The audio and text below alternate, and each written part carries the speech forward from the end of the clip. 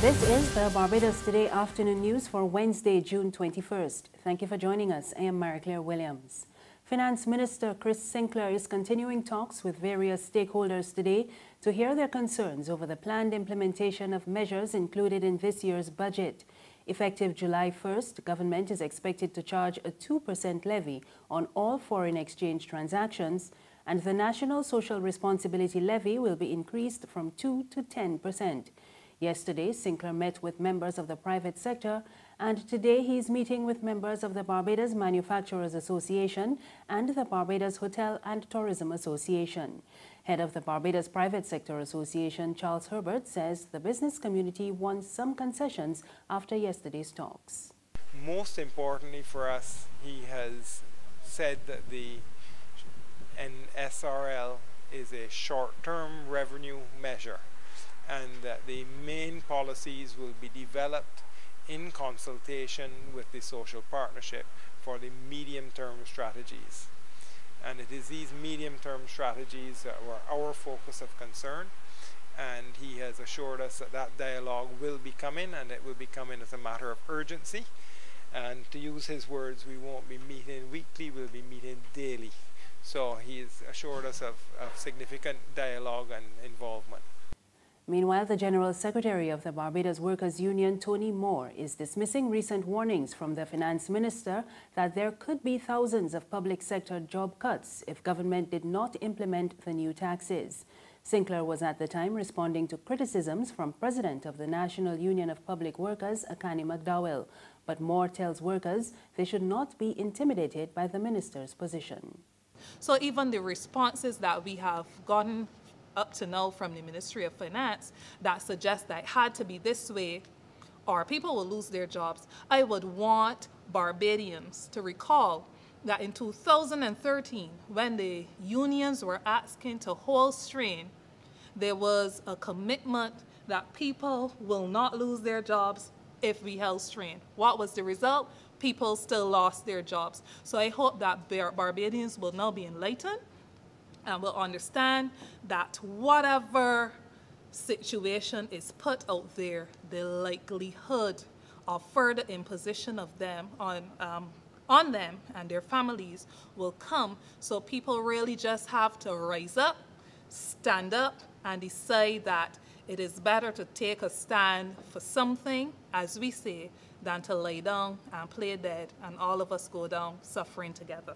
In other news, the attorney for the former NASCO Limited car sales executive, Martin King, has told the Employment Rights Tribunal that his client was acting on orders when he presented vehicle valuations to one of the company's major customers without seeing the vehicles.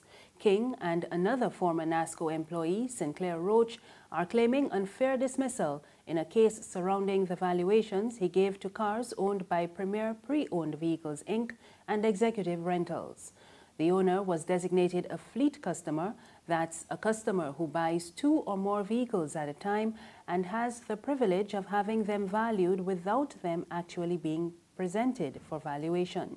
During yesterday's sitting of the tribunal, the fired employee's legal counsel, Shane Brathwaite, said his client was one of the employees at the bottom of the business chart, and he therefore carried out valuations upon the orders of Director Tom Corbin and Body Shop Manager Mark Roach. The case has been adjourned until further notice. There's regional and international news after this short break. Good morning, Phillips & Company, may I help? Oh, certainly. One moment, please. Miss Phillips? Yeah? There's a lady on the line from the Nation newspaper who would like to speak with you. The Nation? Will she go on? Well, they're trying to sell us some ads. Look, don't make me laugh this morning. Ads in the Nation? They're real expensive, and for what here, nobody ain't buying them papers no more. Nobody want to steal news. I hear reading Barbados Today online for free. So I tell she thanks for calling, but no thanks. We just advertising Barbados Today, families. Tell she is Barbados Today all the way. Okay, I'll pass on the message. Ma'am, are you still there? Oh, she put down. The Barbados Today, news you can trust. Thank you for staying with us. We're back now with news from the region. Residents of Trinidad and Tobago are continuing to clean up after the passage of Tropical Storm Brett earlier this week. In Tobago, the Emergency Management Agency opened 17 shelters during the storm, and according to reports, at least 13 people sought refuge in those shelters. We get more in this report from TV6 News. We knew of a house that collapsed in the Patience Hill area.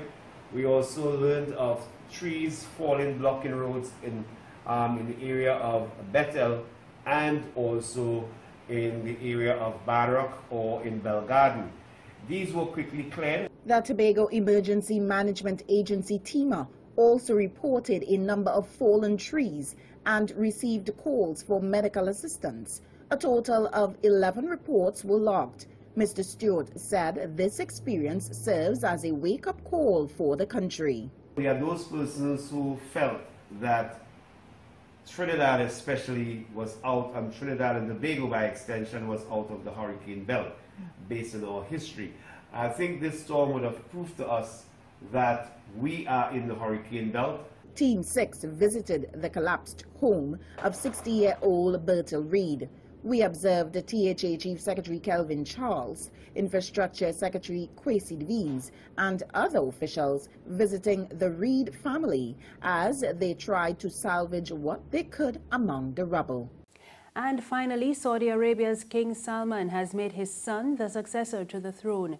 Earlier today, he handed the 31-year-old sweeping powers as the kingdom seeks to overhaul its oil-dependent economy. We get more in this report from Reuters. Saudi Arabia's new crown prince, the next ruler of the kingdom. Mohammed bin Salman is the son of the current monarch, King Salman. His appointment comes after a royal decree deposed his predecessor, Mohammed bin Nayef, relieving him of all his duties.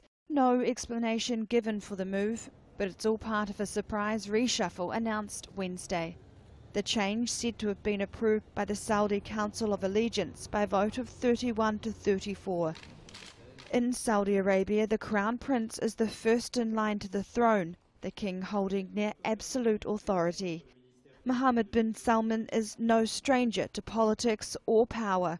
He was deputy crown prince and recently embarked on several overseas visits, including a trip to the White House where he met President Donald Trump. The 31-year-old will also retain his position as Defence Minister and head of the Economic Council. The king has called for the public to pledge their loyalty to his son in Mecca on Wednesday evening. That's news this afternoon. Remember, you can get more on our website, www.barbadostoday.bb. You can also subscribe to our e-paper, email updates, and like us on Facebook.